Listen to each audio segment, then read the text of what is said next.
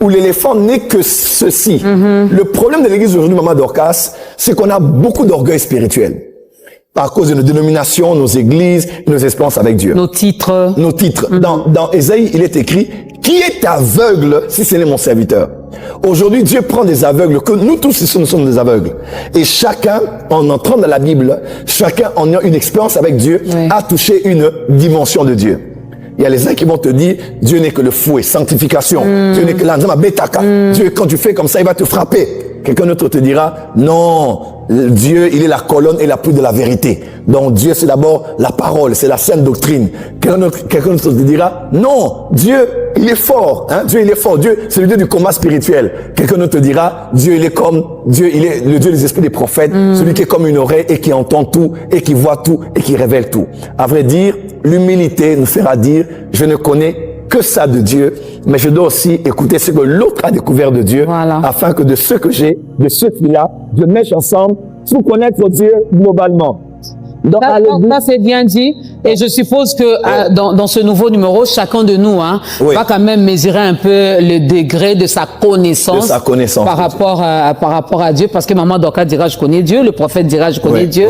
Mais chacun de nous, moi je dirais, si on me demandait qui est Dieu, connais-tu Dieu, je dirais, oui, je connais Dieu. Il est amour. Parce que moi j'ai expérimenté son amour. Amen. Mais quelqu'un d'autre a expérimenté autre chose. Voilà pourquoi ne jugez pas ceux qui prêchent beaucoup sur la sanctification. Ne jugez pas ceux qui prêchent beaucoup sur la grâce. Ne jugez pas ceux qui prêchent beaucoup sur la guérison. Ne jugez pas ceux qui parlent beaucoup de comment l'Église doit impacter la société. Parce que chacun parle de l'expérience qu'il a eue personnellement de Dieu. Et l'humilité, c'est donner le fort du Christ et d'accepter cette diversité de révélations. Dans le livre d'Apocalypse, il est écrit, du trône sortait des voix. On n'a pas dit du trône sortait une voix. On dit du trône sortait des voix. Donc aujourd'hui, il n'y a aucun prédicateur qui est la voix autorisée. Il n'y a aucun pasteur, même s'il ouvre la Bible, il est la voix autorisée. Parce qu'il y a un seul Dieu qui est sur un seul trône, mais qui a plusieurs voix qui révèlent qui il est aujourd'hui de manière unique. Voilà, donc la révélation de Dieu, la connaissance de Dieu est inépuisable. Elle est en dispensation. Et elle est aussi en dimension. Elle est en degré. Il y a un certain niveau, quand on est bébé spirituel, on connaît Dieu à un certain niveau. Et Dieu te permet de le connaître à ce niveau-là. Mais il y a un autre niveau, quand tu montes, Dieu ne change pas, mais Dieu, à cause de ton âge, n'est-ce pas, Dieu te révèle une autre partie de lui. C'est comme ça que Jérémie a dit, tu m'as séduit, je me suis laissé séduire, tu m'as saisi, tu m'as vaincu. Là, c'est Jérémie. Il dit, tu m'as séduit, je me suis laissé séduire. Mais après m'avoir séduit, tu m'as saisi et tu m'as vaincu. Parce que la vie chrétienne est comme ça, en fait. Au début, Dieu commence par te séduire. Tu viens à peine de naître de nouveau. Généralement, c'est facile, Dieu te séduit, Tu pries à 6 heures, 12 heures, Dieu t'exauce. On t'a mis un malade, tu pries pour lui maintenant, il est guéri. Là, ça va. Là, maintenant, il y a beaucoup de prophéties. Tu vas à la prière, moi nanangaï, mon enfant. Tu as beaucoup de rêves. Tu dors comme ça, 3 rêves. Tu dors comme ça, quelqu'un dit, j'ai rêvé de toi. Au début, qu'est-ce que Dieu fait? Dieu te séduit. Dieu te séduit. Donc Dieu t'attire. Dieu t'attire. Et sa main te caresse. Sa main te donne ce que tu veux. Ta main te donne ce que tu cherches. Et Jérémie a dit, je me suis laissé séduire. Après, il dit, tu m'as saisi et tu m'as vaincu. La première étape, Dieu t'attire. Il te séduit.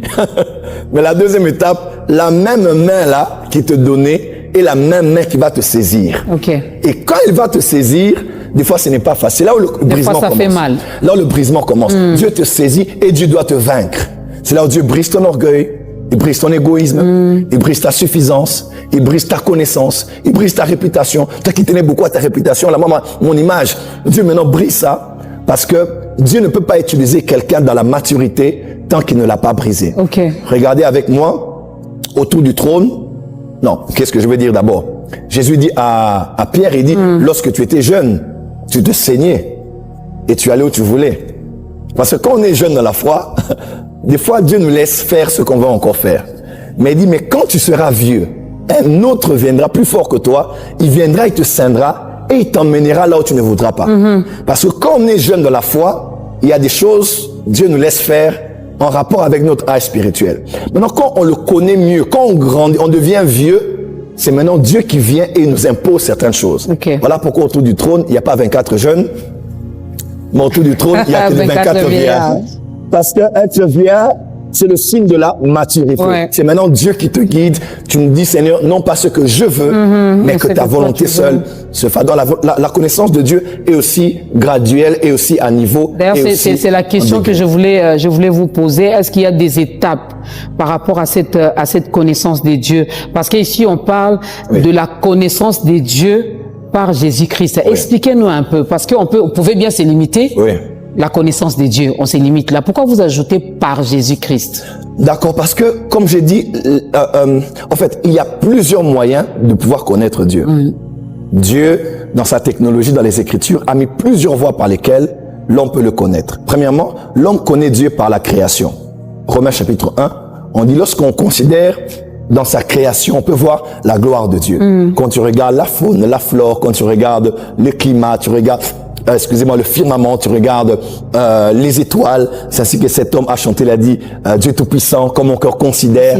Quand je veux considérer l'univers créé par ton pouvoir. Donc quand un homme regarde la création, il peut connaître Dieu par la création. Deuxième voie par laquelle on connaît Dieu par les Écritures. Dans la Bible que nous avons, 66 livres, compilation des livres saints des Juifs et des chrétiens, sont là pour nous permettre de connaître Dieu, de connaître comment il a fonctionné avec les hommes, comment il a fonctionné selon les dispensations, quelles sont ses voies, sa manière de faire et d'agir, sa volonté qui est inscrite dans la Bible. Donc on ne peut pas dire je connais Dieu et ta Bible est fermée. Ça n'existe pas. Si tu veux connaître Dieu, tu dois lire la Bible. Tu ne peux pas connaître Dieu parce qu'on a prophétisé seulement pour toi. Tu dois connaître Dieu en lisant ta Bible. Troisième voie par laquelle on connaît Dieu, c'est aussi par les expériences personnelles. Vous voyez, Job a dit, mon oreille avait entendu parler de toi. Il dit, maintenant là, j'étais maintenant vu. Pourquoi? Parce qu'il y a des choses, tu ne parleras pas du Dieu de Anne, d'Élisabeth, mais tu parleras du Dieu de l'expérience personnelle que tu as avec lui. Et ça, c'est surtout très fort. Moi, j'ai souvent dit aux gens qu'il n'y a pas mieux que l'expérience du buisson ardent. C'est-à-dire, on peut même te prophétiser. Je suis prophète. On peut te dire, Dieu dit ceci, cela pour toi. Dieu dit ceci pour toi. C'est bien. Mais une révélation personnelle devient finalement le socle sur lequel tu bâtis une alliance avec Dieu. Au point, même quand il n'y a aucun prophète, tu dis, mon Dieu, je le connais. Tu dis pourquoi? Parce que j'ai une expérience, une révélation personnelle avec lui. Donc, on connaît Dieu aussi par la marche personnelle, par la déduction personnelle des épreuves. Ainsi, la conclusion de nos épreuves devient le thème de nos prédications. Comment connaît-on Dieu aussi? On connaît Dieu aussi par le Saint-Esprit. C'est-à-dire, la Bible déclare, qui connaît les choses de Dieu, si ce n'est l'Esprit de Dieu qui est en Dieu. C'est-à-dire, ne peut mieux connaître Dieu que son Esprit qui est en lui. Donc, celui qui a celui qui a reçu la vie de Dieu, celui qui est né de nouveau et a le Saint-Esprit, est susceptible, éligible à pouvoir connaître Dieu encore et encore, parce que le Saint-Esprit verra à ceux qui le connaissent. Comment peut-on connaître Dieu aussi? On connaît Dieu aussi par ses attributs. Dans Psaume, il est écrit, ceux qui connaissent ton nom se confieront en toi. Et quand on dit ton nom, c'est pas forcément le tétragramme, Yud He Vav He, donc Yahweh.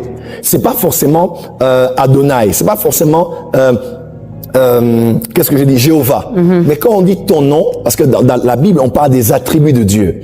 Une des manières pour connaître Dieu aussi, c'est connaître Dieu par ses attributs. C'est connaître Yahweh Rapha, connaître Yahweh Sabaoth, connaître tous ces noms-là, parce qu'il y a des noms que Dieu, dans lesquels Dieu s'est révélé. Par exemple, il a dit à Abraham, il dit je suis El Shaddai, mais à des noms, ce sont les hommes qui ont donné ces noms-là à Dieu par rapport aux expériences qu'ils ont eues en nommant des lieux particuliers.